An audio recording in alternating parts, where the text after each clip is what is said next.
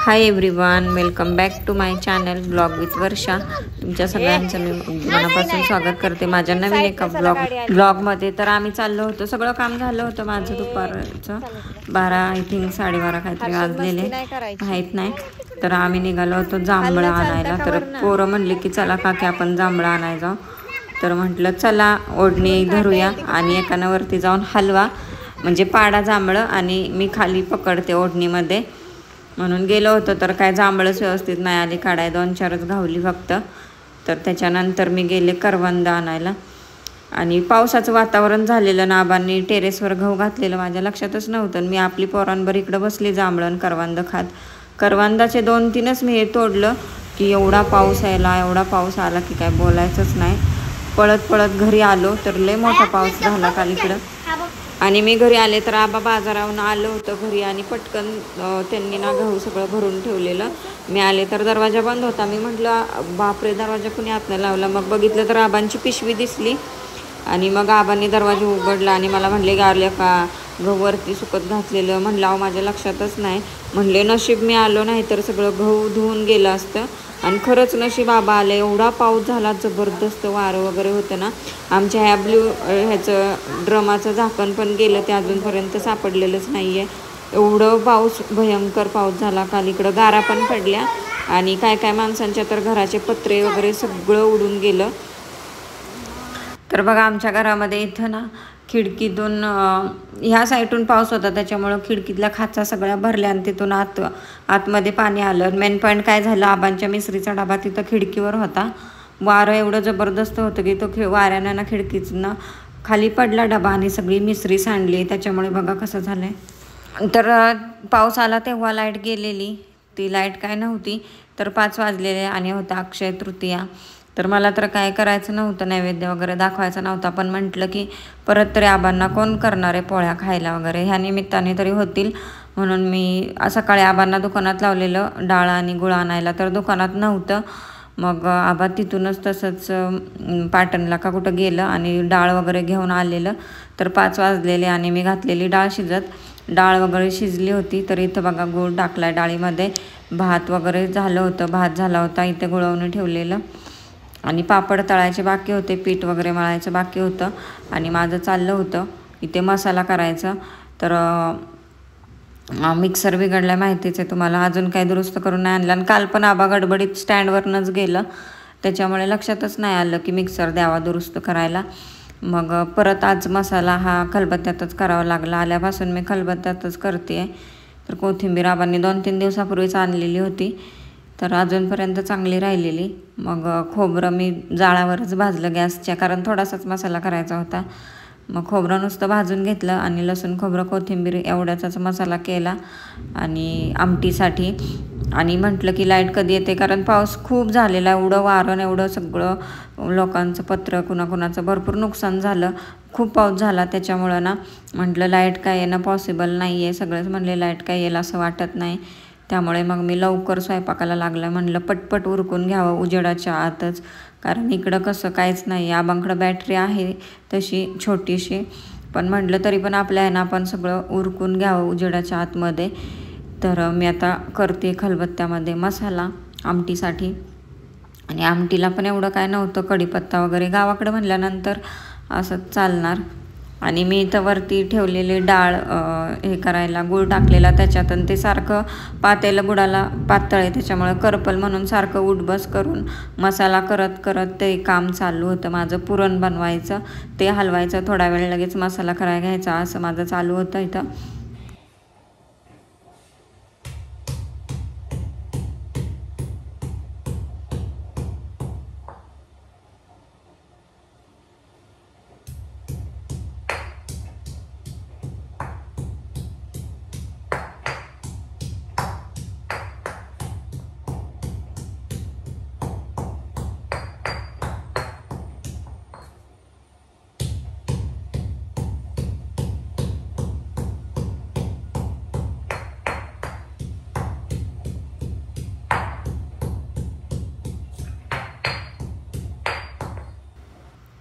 तर काय एवढा वेळ नाही लागला, लगेच मसाला, थोडासाच मसाला होता, आमटीपुरता करायचा होता, लगेच 5 मिनिटातच एकदम बारीक झाला मसाला ओकेमध्ये।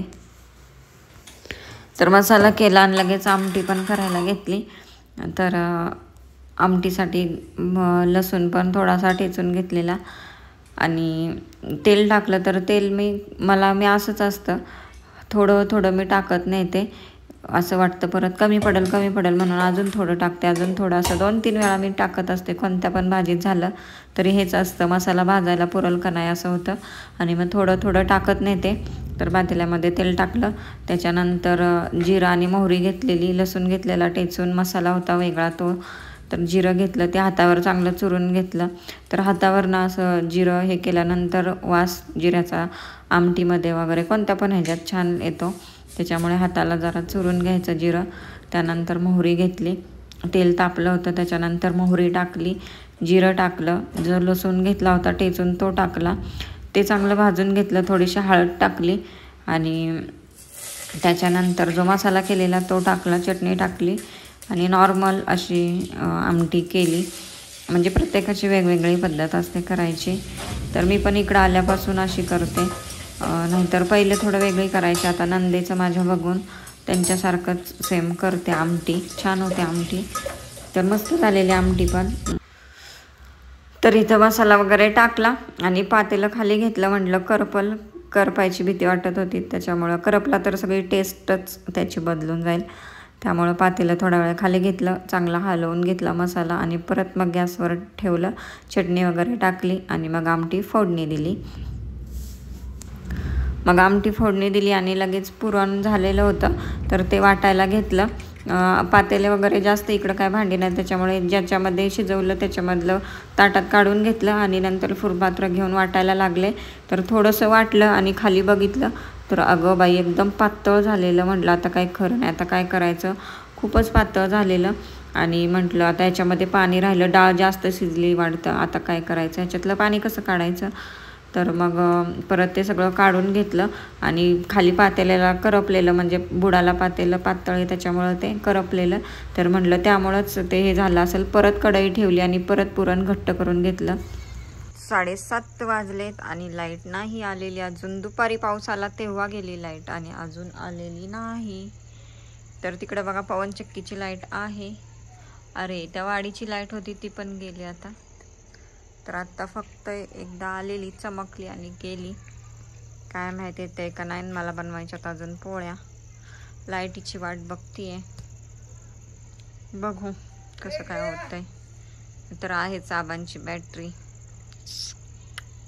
ही तर अजून पोरं घरात आले नाहीत खेळाय, अजून बाहेरच खेळतात. लाईट नाही आली, कुठं बटन दाबाय गेलाय. तर डायरेक्ट सकाळीच ब्लॉग स्टार्ट केला, कारण रात्री लाईटच आली नाही. रात्री कधी आली काय माहिती. मग आम्ही बॅटरीनंच, मी पोळ्या केल्या थोड्याशा खायपुरत्या आणि जेवलं पण बॅटरीच्याच ह्याच्यावर आणि भांडी वगैरे सगळं तसंच ठेवलेलं. तर मस्त अशी सकाळ झालेली आहे, बघू शकताय तुम्ही. खूप छान वाटतं इकडं.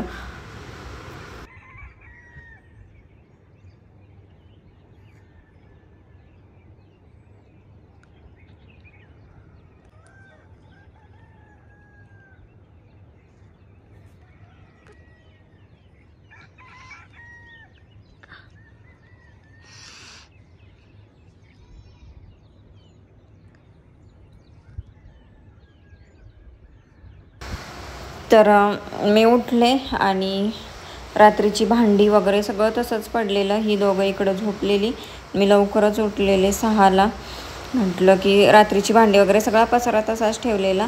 मग सगळं व्यवस्थित आहे की नाही, खराब झालं हे बघायचं होतं. मला टेन्शनच होतं, एवढं पुरण वगैरे केलेलं तरी व्यवस्थित थंड पाण्यात ठेवलेलं मी. आणि पाऊस पडल्यामुळे पण थंड वातावरण होतं, तरी पण म्हटलं काय पीठ वगैरे खराब झालं तर सगळं अवघड होईल एवढं केलेल्याचं. तर बघू शकता इथं सगळं आहे असंच मी ठेवलेलं, म्हणजे झाकून. तर इथं दूध गरम करायला ठेवलं आहे, म्हटलं दूध खराब होईल त्याच्यामुळे. तर आमटी बघा ही रात्रीची एवढी राहिलेली, सगळं जे आहे ना ते सगळं थंड पाण्यात ठेवलेलं. तर इकडं ही रात्रीची भांडी सगळी एवढी पडलेली, म्हणजे आहे तसंच ठेवलेलं, कारण लाईटच नव्हती आणि काहीच नव्हतं दिसत, त्यामुळे सगळा पसारा आहे तसाच ठेवलेला मी. तर आता मी चालले आंघोळीसाठी. तर इकडं आहे चूल, जुन्या घरात म्हणजे इकडं बांधलं एक छोटं घर, तिकडं आहे चूल. तर पाणी घ्यायला चालले मी आंघोळीचं, चुलीवर तापवलेलं.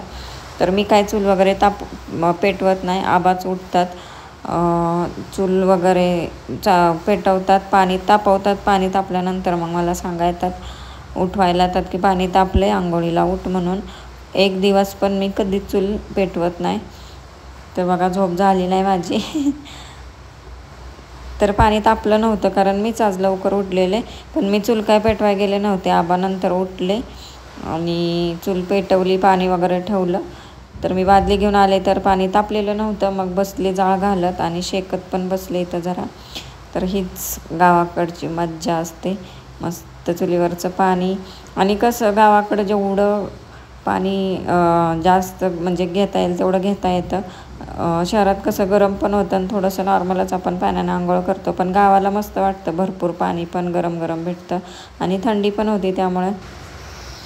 तर मी आंघोळ केली आणि पहिल्यांदा पोळ्या लाटायला बसले, कारण पोळ्या रात्री जेवढ्या आम्हाला लागणार होत्या तेवढ्याच मी केल्या होत्या. बाकी सगळं तसंच होतं, पीठ वगैरे मळलेलं. आणि मला भीतीही वाटत होती की पीठ वगैरे एवढं मळलेलं खराब झालं तर काय करायचं, कारण गव्हाचं पीठ पण शिल्लक नव्हतं. म्हणलं सगळीच बोंब होईल. त्याच्यामुळे पहिल्यांदा मी पोळ्या लाटायला घेतल्या.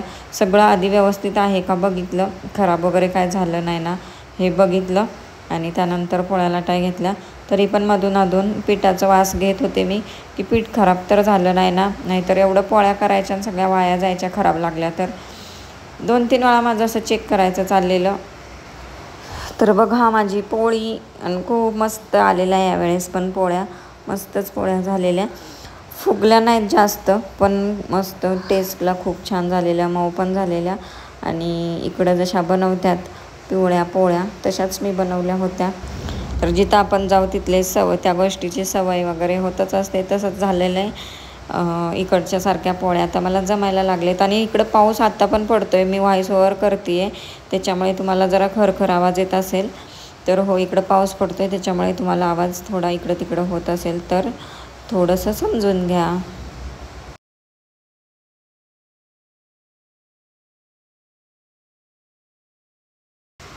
तर पोळ्या वगैरे करून घेतल्या, सगळं गरम केलं, आमटी वगैरे गरम करून ठेवली. आणि इथला बघा पचरा दररोजच उचलावा लागतो आणि दररोज झाडू मारावा लागतो. थोडं जरी गोड काय ठेवलं की लगेच मुंगळं लागलेलंच असतं ती.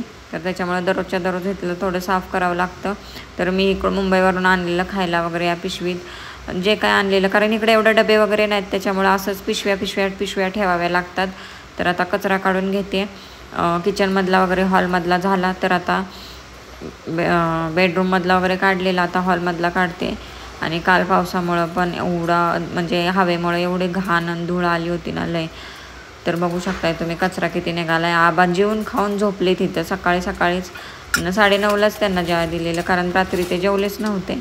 त्यामुळं जेवले आणि झोपलेत आरामशीर. माझं चाललं आहे आपल्या इथं काम. तर इथं ना झाडू मारताना दरवाजा बंद करावा लागतो, नाहीतर झाडलं की तसंच कचरा वाऱ्यानं परत माघारी येतो. कधी पण म्हणजे हवा कंटिन्यू चालूच असते त्याच्यामुळे दरवाजा लावूनच मग झाडू मारावा लागतो, नाहीतर पूर्ण कचरा परत माघारी असा येत जातो. तर सगळं हॉल वगैरे क्लीन केल्यानंतर बाहेरचं पण क्लीन केलं आणि घेतली आता लादी पुसायला. तर दररोजच आपलं काम आणि एवढं मोठं घर एवढं कंटाळा येतो लादी पुसायचा. पण मला मोपपेक्षा हातानं बरं पडतं, म्हणजे बरं वाटतं, कारण मोपनं एका जागेवर 2-3 वेळा तरी फिरवावं लागतं. तसं आपण हातानं पुसायला गेलं लादी तर एका फडक्यातच एका ह्याच्यातच होऊन जाते, लादी स्वच्छ निघते. त्यामुळे सरसर अशी पुसून निघते लादी. त्यामुळं मला हातानं काय नाही वाटत पुसायला. तर आज दोन्ही पण हॉल सगळंच आज पुसून काढलं. उद्या पाणी येणारे, आज काय पाणी आलं नव्हतं. काल भरपूर पाणी भरून ठेवलेलं त्यामुळं पाणी होतं. मग सगळे हॉल वगैरे बेडरूम सगळं काही मी किचन वगैरे फिनेल टाकून पुसून घेतलं, कारण इकडे या दिवसात माशा भरपूर असतात. तर यावेळेस मला कमी वाटल्या, गेल्या वर्षी खूप माशा होत्या. त्याच्यामुळे फिनेलची बाटली आणूनच ठेवावी लागते आणि फिनेल टाकून स्वच्छ लादी पुसून घेतली की माशा जरा कमी येतात. तर लादी पुसून झाली, किचन वगैरे ओके केलेलं, गॅस घासून काढलेला आज आणि किचन सगळं पुसून वगैरे स्वच्छ झालेलं. सामान इकडचं तिकडचं सगळं व्यवस्थित ठेवलेलं बघू शकताय. हॉल सगळा ओके झाला आहे आणि आबा बेडवर झोपले त्यामुळे तिथलं काही पसारा उचलता नाही आला. तर आता बघा 11:30 वाजलेले आणि बाहेर एवढं ऊन होतं ना, जबरदस्त ऊन आहे बाहेर. आणि पोरं असल्या उन्हातच खेळायला जाते ती. तर इकडं रोडचं काम चाललं आहे, त्याच्यामुळे अशी गाड्यासारख्या चालू आहेत. पोरांवर लक्ष ठेवावं लागतं आहे. इथं रेशनिंगचं गहू मिळालेलं मी सुकत घातलेत, उन्हात घातलेत. तर हा आराध्याच्या पहिल्या वाढदिवसाचा कागद आहे, म्हणजे बोलतो ना फ्लेक्स आपण बनवतो तो होता, त्याच्यावरती घातलं आहे. एवढी सारी रात्रीची आणि आत्ताची सगळी जेवलेली वगैरे भांडी. तर आता घासते मी भांडी सगळी एकत्र केलेली, कारण थोडी थोडी घासाय मला नाही आवडत एकदमच. काय ते सगळी गोळा करून आणली आता बाहेर बघा, चांगली मस्त हवेशीर बसून आता घासते. तर मला ना अशी बाहेर बसून भांडी घासायला लय आवडतं म्हणजे छान वाटतं बाहेर बसून मस्त निवांत अशी भांडी घासायची. किती पण भांडी असली ना अजिबात कंटाळा येत नाही. आणि मुंबईला काय होतं काय माहिती, बेसिंगमध्ये भांडीच घासू वाटत नाही. घासू म्हणजे एकदा घासली ना परत पडली ना भांडी घासूच वाटत नाहीत. आणि जास्त जर भांडी असली तर लयच कंटाळा येतो भांडी घासायचा. पण इथं नाही, गावाला किती पण भांडी घासाय दिली तरी काय नाही वाटत. असं बाहेर घासायला काय नाही वाटत टपामध्ये. आणि पाणी पण आपण विचार केला ना तर भरपूर पाण्याचा आपण असं सिटीमध्ये राहिल्यानंतर भरपूर पाणी आपण वाया घालवतो. आणि असं इथं बघा 2च टपामध्ये एवढी सगळी भांडी घासून होतात. तर भांडी वगैरे घासली, वट्टा वगैरे सगळा क्लीन केला बाहेरचा. आणि कपडे धुवायची बाकी होती, तर कपडे आता पावडरमध्ये घालते आहे. तर आराध्याची कपडे बघा इकडं आल्यापासून अशीच तिची दररोजची कपडे मळतात. पोरींभर कुठं पण फिरते काय पण म्हणजे कुठं पण करवंदा जांभळाला वगैरे, त्यामुळे कपडे तिची लय खराब होतात. तर कपडे आता मी संध्याकाळीच वगैरे धुवेन. तर असं होतं माझं रुटीन कालचं आणि आजचं, म्हणजेच अक्षय तृतीयेचं आणि आजचं. तर कसा वाटला ब्लॉग, आवडला असेल तर नक्की लाईक करा. चॅनेलवर नवीन असाल तर चॅनेलला नक्की सबस्क्राईब करा. उद्या भेटूयात पुन्हा एका नवीन ब्लॉगमध्ये. तोपर्यंत बाय बाय.